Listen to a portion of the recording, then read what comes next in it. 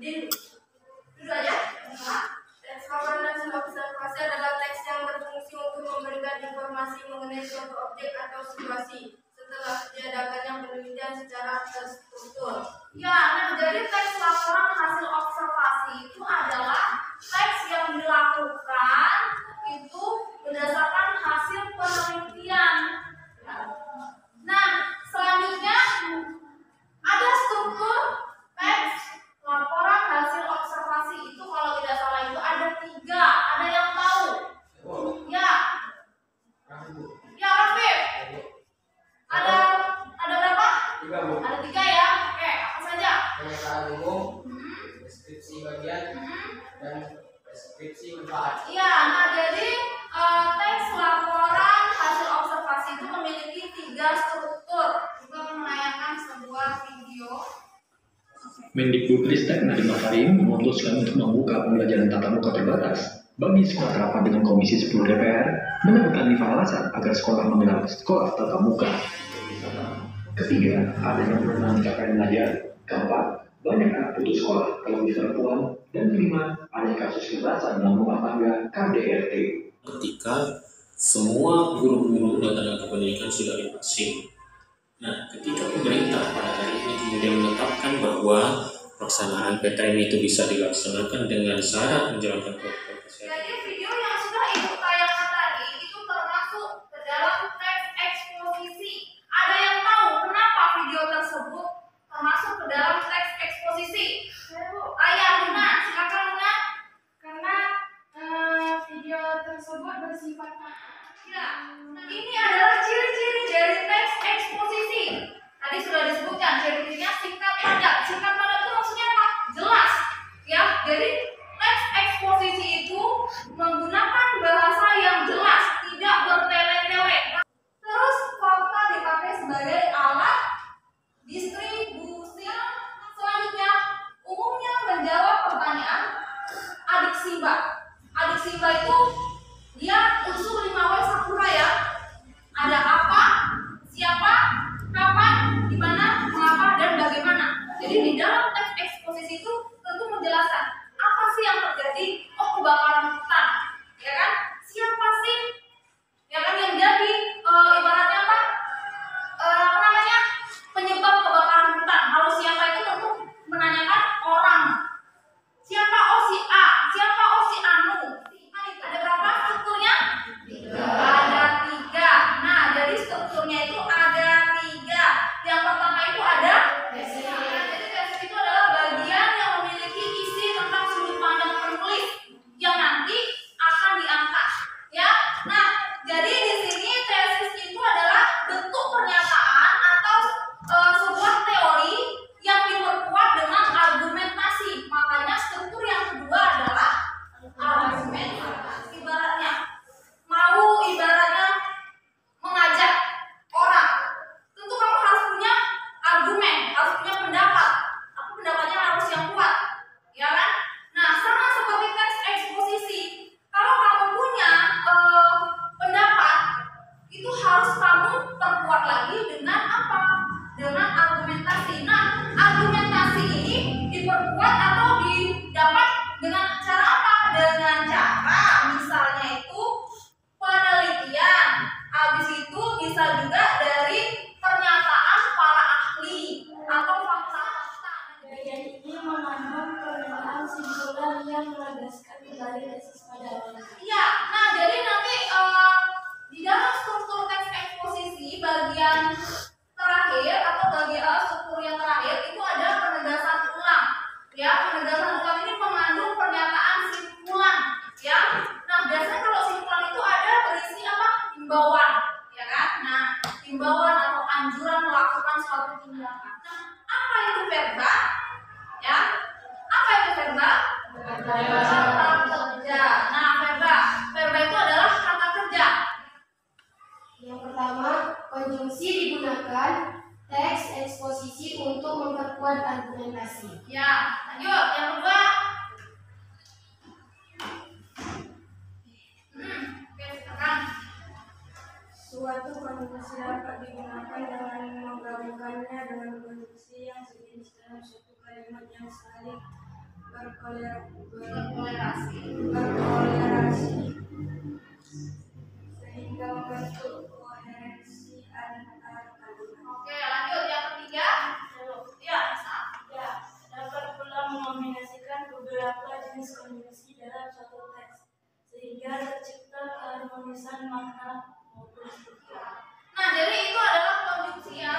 Nah, di sini pronomina itu adalah jenis kata yang ini menggantikan nomina atau frasa nomina. Pronomina dapat diklasifikasikan menjadi dua macam, yaitu pronomina persona dan nanti ibu beri tugas ya anak ibu menganalisis teks eksposisi ya. Yang pertama itu adalah strukturnya, yang kedua itu baru kaidah kebahasaannya ya. Jadi nanti anak ibu ibu bagikan sebuah lembar kerja ya beserta teks eksposisinya. Di sini konjungsi yang diminta itu konjungsinya aja antar kalimat, konjungsi antar kalimat. Terus pronomina atau kata ganti orang. Jadi nanti dicari di sini. Kalau misalkan di dalam teks ini tidak ada pronomina atau pronomina personanya, kalian tulis saja di situ pronomina persona strip. Tidak. Ya. Paham? Paham ya? Nanti itu pandu.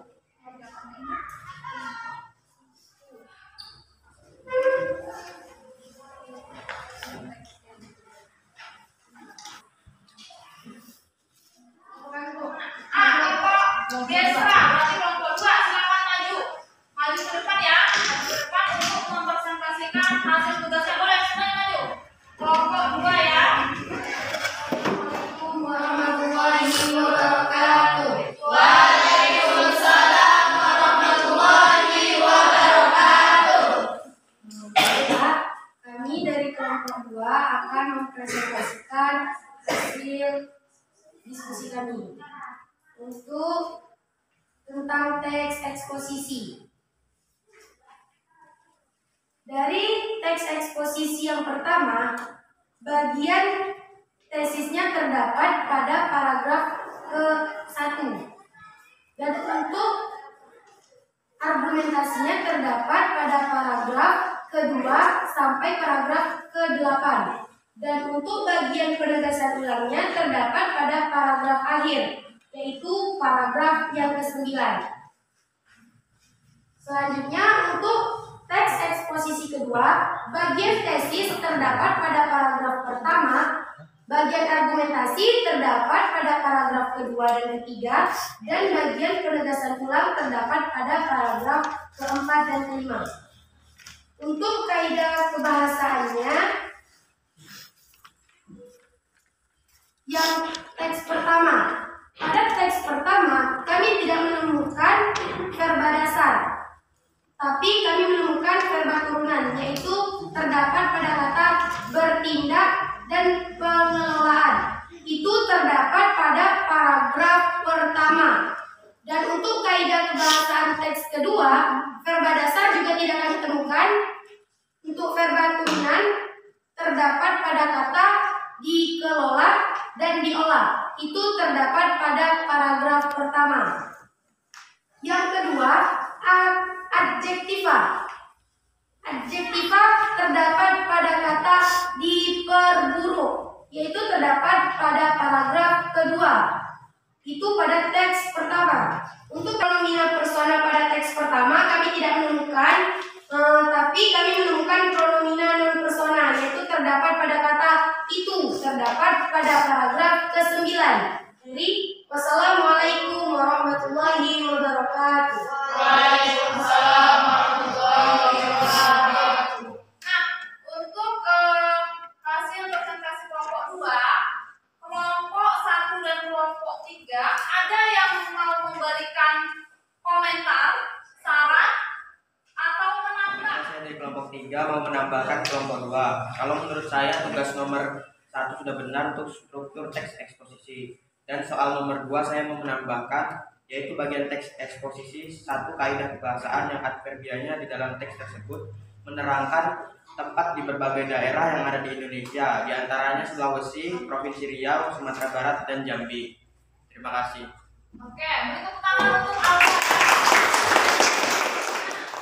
Kelompok 1, ada yang ingin memberikan tanggapan? Oke, boleh silakan. Anggi.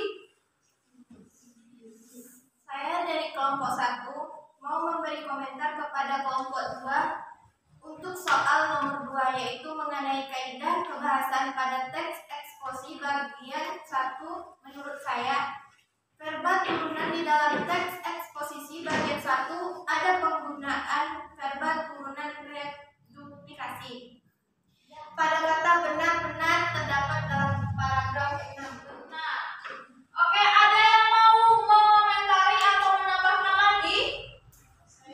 Ya? Siapa? Reva ya? Revi. Saya dari kelompok 1 mau menambahkan kelompok 2 di bagian kaidah kebahasaan teks eksposisi 1. Bagian konjungsi bisa ditambah dengan kata sebelum itu pada paragraf ke-6. Terima kasih. Ada yang mau berkomentar? Menambahkan? Ya, silakan. Siapa namanya? Tasya. Baiklah, saya dari kelompok 3 mau menambahkan presentasi kelompok 2. Untuk kaidah kebahasaan teks 1 dan teks 2 mengenai verba turunan bisa ditambahkan lagi karena di teks tersebut masih banyak terdapat verba turunan. Terima kasih. Iya, nah jadi verba turun di dalam teks eksposisi 1 dan 2 itu masih banyak ya. Tapi untuk penampilan kelompok 2 itu sudah bagus. Berikan A+-nya.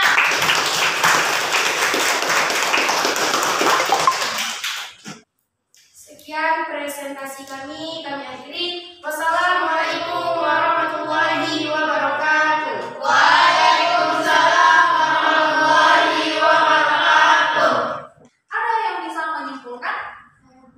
Siapa namanya? Rika.